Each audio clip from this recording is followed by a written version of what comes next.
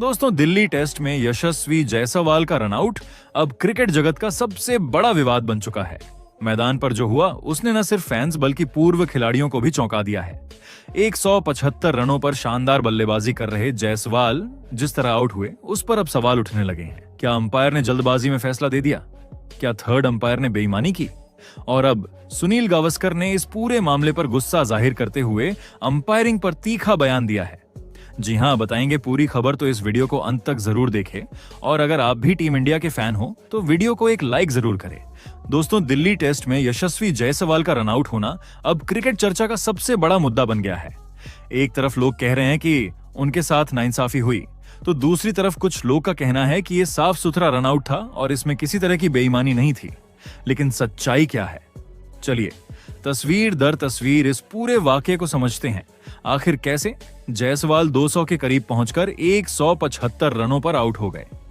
दरअसल ये सब तब हुआ जब यशस्वी जायसवाल शानदार बल्लेबाजी कर रहे थे।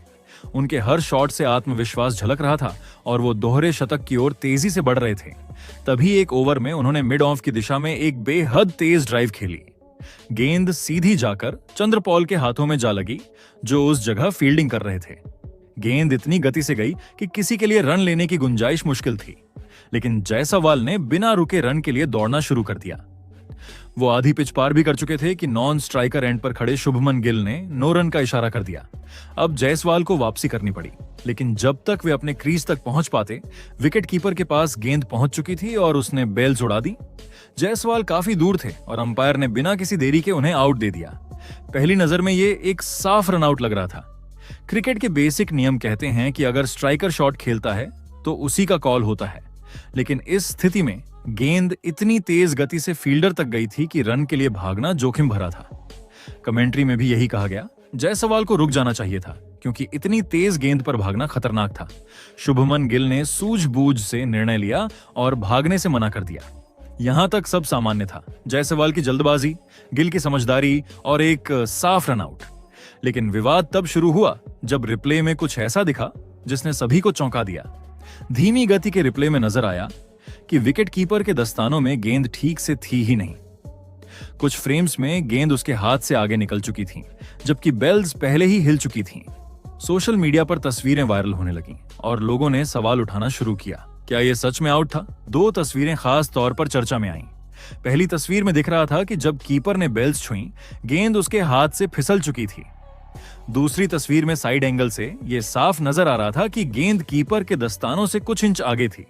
अब ऐसे में लोगों को लगा कि यशस्वी जायसवाल नॉट आउट थे, क्योंकि नियम कहता है कि जब बेल्स गिरती हैं, गेंद कीपर के नियंत्रण में होनी चाहिए।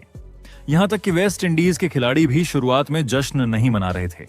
वे एक दूसरे की तरफ देख रहे थे, मानो उन्हें भी यकीन न हो कि बल्लेबाज वास्तव में आउट हैं या नहीं। लेग अंपायर ने हालांकि बिना हिचकिचाए आउट दे दिया और थर्ड अंपायर की मदद नहीं ली। यही बात लोगों को खटक गई। जब तकनीक मौजूद थी तो उसका इस्तेमाल क्यों नहीं हुआ? हालांकि मामला यहीं खत्म नहीं हुआ। जायसवाल के ड्रेसिंग रूम लौटते वक्त उनका चेहरा बता रहा था कि वे इस फैसले से संतुष्ट नहीं थे। उन्होंने टीम के साथियों से भी पूछा कि क्या उन्हें वास्तव में आउट दिया जाना चाहिए था। सोशल मीडिया पर बहस थमने का नाम नहीं ले रही। कई फैंस का कहना है कि अगर थर्ड अंपायर को शामिल किया जाता तो शायद नतीजा अलग हो सकता था, क्योंकि कुछ एंगल्स में गेंद कीपर के हाथ से फिसलती दिख रही थी। वहीं कुछ लोगों का मानना है कि जायसवाल ने जल्दबाजी की और इतनी तेज गेंद पर रन के लिए भागना समझदारी नहीं थी। अगर थर्ड अंपायर से राय ली जाती तो शायद यह विवाद कभी खड़ा ही नहीं होता। इसलिए सवाल ये नहीं कि जायसवाल आउट थे या नहीं, बल्कि ये है कि क्या इतनी अहम स्थिति में अंपायरों को तकनीक की मदद लेनी चाहिए थी या नहीं। वही अब इस पर पूर्व क्रिकेटर सुनील गावस्कर का बयान सामने आया है और इस बार उन्होंने साफ साफ शब्दों में अंपायरिंग पर सवाल खड़े किए हैं। गावस्कर का कहना है कि अगर तकनीक मौजूद है तो उसका इस्तेमाल क्यों नहीं किया गया। गावस्कर ने कहा, देखिए, ये कोई गलती नहीं थी, ये लापरवाही थी। इतनी अहम पारी में जब बल्लेबाज 175 पर खेल रहा हो तो अंपायर को कम से कम थर्ड अंपायर की मदद जरूर लेनी चाहिए थी। मैदान पर खड़े अंपायर ने इतनी जल्दी में आउट दे दिया जैसे उन्हें कोई शक ही नहीं था।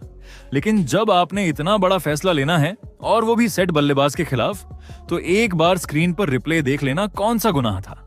उन्होंने आगे कहा कि ये केवल एक गलत निर्णय नहीं बल्कि खेल की आत्मा पर चोट है। क्रिकेट में निष्पक्षता सबसे जरूरी चीज है। जब किसी खिलाड़ी ने इतने घंटे बल्लेबाजी की हो तो उसे इस तरह से आउट देना बहुत निराशाजनक है।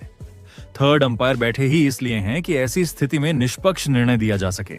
यहाँ तो उन्होंने उन्हें मौका ही नहीं दिया। गावस्कर ने विकेट कीपर की भूमिका पर भी सवाल उठाए। उन्होंने कहा कि रिप्ले में साफ दिखा कि गेंद कीपर के हाथ से फिसल चुकी थी। मैंने वो रिप्ले कई बार देखा।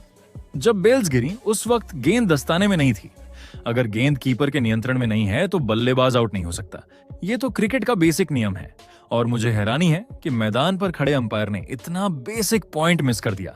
गावस्कर ने कहा कि यशस्वी जायसवाल जैसी पारी बहुत कम देखने को मिलती है और ऐसे में उनका इस तरह आउट होना खेल के लिए नुकसान है। जायसवाल ने जिस तरह बल्लेबाजी की वो क्लास थी। ये लड़का भारत का भविष्य है और आप उसे इतनी बड़ी पारी के बीच में इस तरह से आउट कर देते हैं बिना ये देखे कि गेंद नियंत्रण में थी या नहीं। यह अंपायरिंग की असफलता है।